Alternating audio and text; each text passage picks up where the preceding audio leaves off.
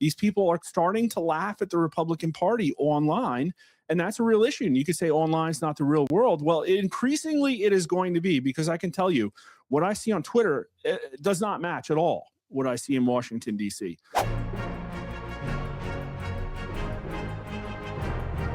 Okay, so talk me through, we had President Trump finally on the campaign trail last night.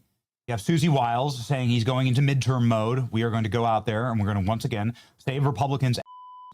How is the messaging war going to be won? Donald Trump is a wartime president. He needs to act like it.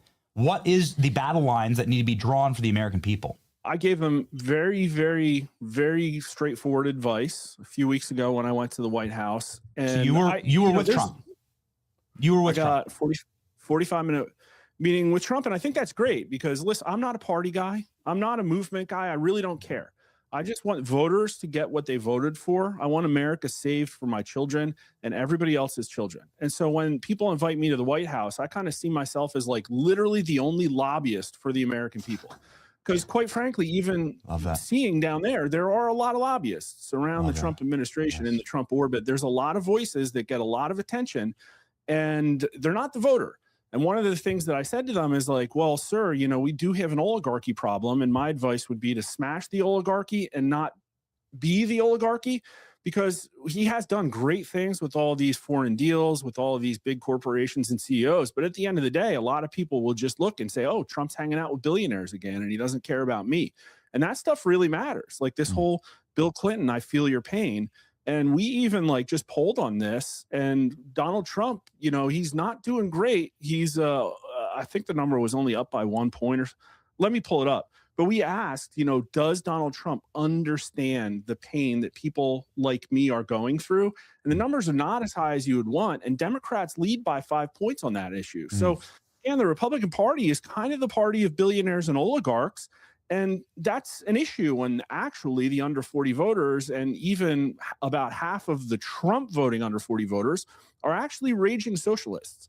Like they want these major industries nationalized. They want wealth redistribution. They want all these things. And what they want most is order. They thought they were getting that out of the Trump administration. He had under 40 voters eating out of his hand back in March and February. I said this to Trump as well. I said, sir, you had a 60% under 40 approval rating, which is unprecedented in modern politics. It should have been a record-scratching moment in Washington, D.C. Every Republican should have been like, wait a minute, we did something right? Like we're the cultural zeitgeist right now, and nobody cared. In fact, what they did was they kicked Doge out. Doge, you know, you have Elon Musk out there saying, well, we were only moderately or somewhat successful. It was the most successful political thing that we've seen probably in decades, like not counting Trump, right? We a 60% under 40 approval rate. I can't emphasize enough how much. And you ascribe that to Doge. Sorry to interrupt you, Mark, but you ascribe that to Doge. Yeah. If you look at Google Trends, search trend volume for the word Doge, the week that Trump had a plus 60% approval rating was the same week that Doge search volume peaked. And not only that, it was a week after Donald Trump quoted Napoleon Bonaparte and said, he who saves his country violates no laws. So the trend that we've been seeing with these under 40 voters is that they want arrests. They want to return to order. If you tell them about the auto pen, they're like, oh yeah, we should throw those people in jail, of course. Tell them about Arctic frost. Yeah, why didn't we arrest those people? And you can see this if you follow these weather vane influencers on YouTube. They are not ideological people. They aren't. But then they look at things like the ICE protesters and say, like, literally, why haven't we rolled up all of Antifa like 5 years ago? Why are we still talking about Ilhan Omar? And this gets back to the messaging, in which Trump is very happy to post on Truth Social about these things. But it's like, you're in power, dude. At a certain point, those things look kind of impotent. You're just like old man, you know, shaking his fist at a cloud. Like, that's not where we need to be. We actually need to see. So let me step back and say to what I said to Trump was, at the time, I think his approval rating was underwater 4 or 5 points. And I said, sir, you know, that's not terrible. It's way better than Biden was doing. And I think he'll recover. You know, he's built up strong support. But I don't think it's enough to be sure that the Republicans are going to be able to be dragged across, you know, their rotting corpse dragged across the finish line a year from now. And it was almost exactly a year till Election Day when I said this. And I said, you know, the economy is way worse than you think. It's not the stock market. It's that these people have been priced out of the American dream. And I rattled off a ton of polling. Only 27% of Americans think today's children will be better off than their parents. And you know all the things. You've been looking at the median first-time homebuyer age, and there's things like the instances of mental health and the amount of the youth unemployment is really high. They think only about half of under 30 voters think that anybody who wants to work will be able to find a job. Like, these are generationally bad, like horrifying death of American dream kind of things. So you can't talk about turkey prices. And I was talking about Bill Pulte and making a joke about maybe you could lease your turkey for next Thanksgiving with a 0 down loan offered through the FDA or something like that. But anyways, it's bad. And I said the problem is that Republicans don't seem to be helping you. I had a whole bunch of other polling. Obviously, they're down on the generic ballot, but we had only a 38% strong approval rating for Republicans among Trump voters, and a signal of about 60% of Republicans saying that Republicans in Congress aren't delivering on Trump's agenda. And we went into Election Day this year with a 9% excellent or good among independent voters for Congress. That's really bad rating. Republicans in Congress, 9% excellent or good. A negative 27% Trump approval rating among independents, also really not good.